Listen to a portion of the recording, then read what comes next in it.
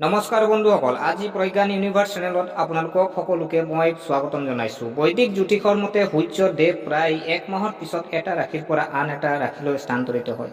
গতিকে 13 ফেব্ৰুৱাৰীৰ আগতে তিনিটা ৰাশিৰ জীৱনত সলনি হ'ব। এই ভাগ্যৰ তৰা জিলিকিব, অপৰিসীমা সফলতা লাভ কৰিব। 13 ফেব্ৰুৱাৰীৰ আগতে মকৰ ৰাশিত বুধ আৰু সূৰ্যৰ সংযোজন গঢ় লৈ উঠিছে। ইয়াৰ ফলত তিনি ৰাশিৰ লোকৰ জীৱনত পৰিৱৰ্তন আহিব।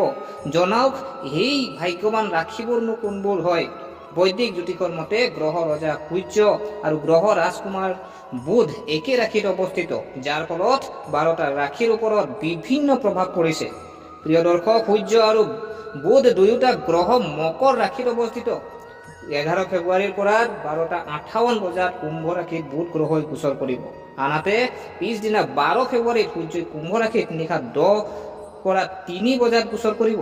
ইয়াৰ পিছত কুম্ভ ৰাশিত দুয়োটা গ্ৰহৰ সংযোগ গঠন হ'বলৈ গৈ আছে। কিন্তু ইয়াৰ আগতে মকৰ ৰাশিত সূৰ্য বুধ সংযোজনৰ সৃষ্টিৰ বাবে তিনিটা ৰাশিৰ ভাগ্য জিলিকি উঠিব পাৰে।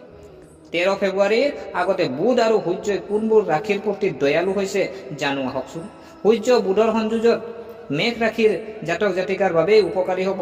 13 ফেব্ৰুৱাৰীৰ আগতে জীৱনত পৰিৱৰ্তন হ'ব পাৰে, যাৰ ইতিবাচক প্ৰভাৱ পৰিব।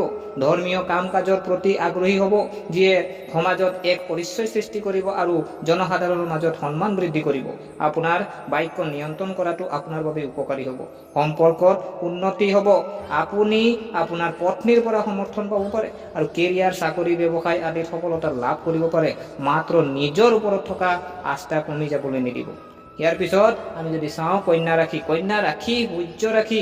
প্ৰিয় দৰ্শক, বুধ আৰু সূৰ্যৰ সংযোগ কন্যা ৰাশিৰ যিসকল জাতক জাতিকা সকলৰ বাবে উপকাৰী হ'ব। কৰ্মক্ষেত্ৰত নতুন দায়িত্বৰ সন্মুখীন হ'বলৈ গৈ আছে আৰু আপোনাৰ চিন্তাৰ পৰিৱৰ্তন আহিব। সম্পৰ্কত উন্নতি হ'ব পাৰে। আৰ্থিক জীৱনত স্থিৰতা থাকিব। বিবাহিত জীৱনত সুখ থাকিব। ইতিবাচক প্ৰভাৱে জীৱনত নতুন পৰিৱৰ্তন আনিব। ইয়াৰ পিছত আমি যদি চাওঁ মকৰ ৰাশি, প্ৰিয় দৰ্শক, বুধ আৰু সূৰ্যৰ সংযোগ মকৰ ৰাশিৰ লোকৰ বাবে ভাল হ'ব। আপুনি হয়তো আত্মীয় স্বজনক লগ পাব পাৰে। সমাজ কামৰ প্ৰতি আপোনাৰ আগ্ৰহী হ'ব বাঢ়িব। সম্পৰ্ক আগতকৈ ভাল হ'ব। সংগীৰ সৈতে সম্পৰ্ক উন্নত হ'ব আৰু প্ৰেম বাঢ়িব। বাহিৰলৈ ওলাই যোৱাৰ পৰিকল্পনা কৰিব পাৰি। ল'ৰা ছোৱালীৰ পৰা সুখ থাকিব। মনটো উৎসাহেৰে ভৰি পৰিব। আত্মবিশ্বাস বাঢ়িব। গতিকে প্ৰিয় দৰ্শক, আশা কৰোঁ আপোনালোকে ভিডিঅ'টো চাই ভাল পালে। যদি এই ভিডিঅ'ই আপোনাক কিঞ্চিত মানুহ লাভান্বিত কৰিছে, তেনেহ'লে চেনেলটো ছাবস্ক্ৰাইব কৰাৰ লগতে লাইক কমেণ্ট কৰি উৎসাহিত কৰিব বুলি আশা ৰাখিলোঁ। পুনৰ লগ পোৱাৰ প্ৰতিশ্ৰুতিৰে আজিলৈ বিদায় মাগিলোঁ।